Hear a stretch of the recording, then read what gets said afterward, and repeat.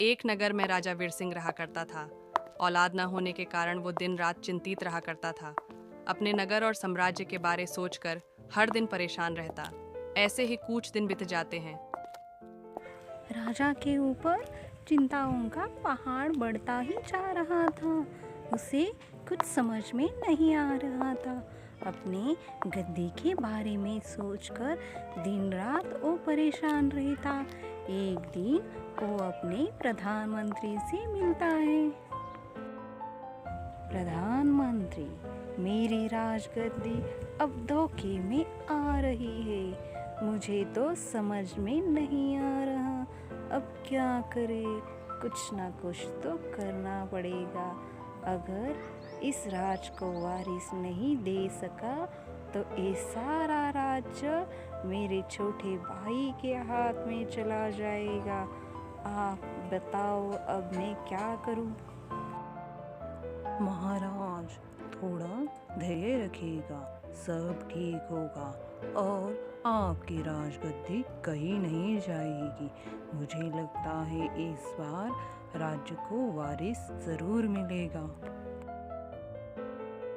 राजा प्रजा के बारे में नहीं, खुद के बारे में सोचता था। उसे प्रजा से नहीं, अपनी राजगद्दी से प्यार था। ऐसे ही कुछ दिन बीत जाते हैं।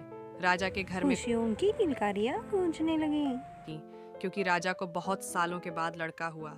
लड़का होने के कारण राजा नगर में लोगों को दान करने की घोषणा करता है।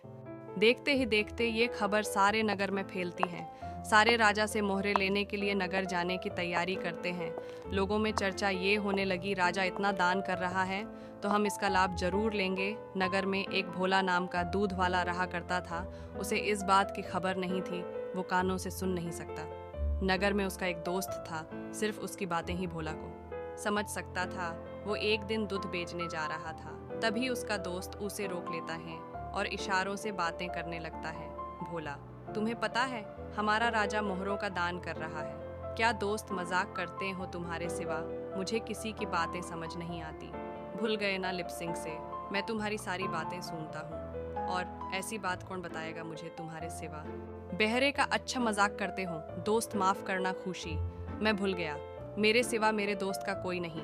आज ही हम दोनों राजा के पास जाते हैं और मोहरे लेकर आते हैं। तुम्हें पता है अगर राजा की सनक गई तो ये दान भी नहीं करेगा।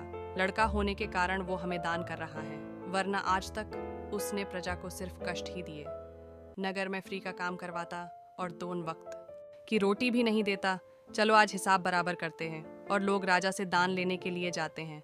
ये दान वाली बात उड़ते उड़ते एक फकीर को पता चलती है और फकीर भी दान पाने के हेतु राजा से मिलने निकल जाता है।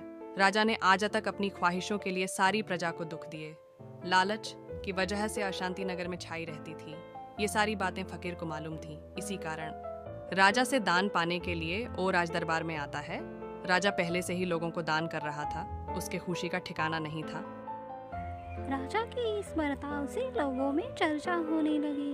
राजा पागल तो नहीं हुआ ना?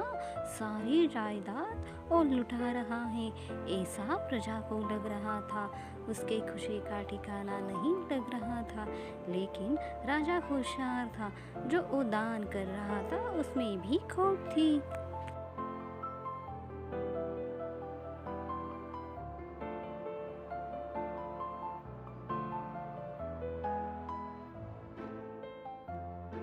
राज दरबार में अब फकीर आता है और राजा से दान लेने जाता है। हैरानी की बात यह होती है, राजा दान करता जा रहा था लेकिन फकीर का प्याला भर ही नहीं रहा था। सारे गांव वाले हैरान रह गए। राजा भी परेशान हो रहा था। फकीर को दान करते करते वो थक गया लेकिन प्याला नहीं भरा। फकीर मन ही मन मुस्कुराने लगा। तब राजा ने फकीर से पूछा, बाबा आपका प्याला क्यों नहीं भर रहा? मुझसे कोई गलती हुई क्या? मेरे घर में बहुत सालों बाद खुशी आई और आपके प्याले ने मुझे निराश कर दिया। ऐसा क्या हुआ जो आप नाराज हैं? सच में जानना चाहते हो तो सुनो, तुम्हारे लालच की वजह से तुम्हारे पास सारी दुनिया की खुशी है, लेकिन उसे उपभोगने के अलावा आगे वो तुमसे छिन न जाए। इसी चिंता में कितने साल तुमने परेशानी में बिताए। तुम्हारा सारा वक्त चिंता में चला गया। खुशी लेने के बजाय दुखी हो गए और अपनी प्रजा को भी कष्ट दिया। ऐसे लालच से तुमने क्या पाया? सारा व्यर्थ है। हाँ बाबा, मुझसे गलती हो गई। लालच की वजह से जो मेरे पास हैं उसका आनंद नहीं ले सका, बल्कि सूख भरी जिंदगी को मैंने खुद दुख भर दिए। ये सारी प्रजा भी तो मेरे बेटी और बेटे हैं। अब मेरा जीवन भी कितना रहा है। लालच की वजह से खुद को खो दिया। ये जीवन बार बार नहीं मिलता। जो अपने पास हैं उसी में खुशी ढूंढनी चाहिए, तभी जिंदगी का असली मतलब पता चलेगा।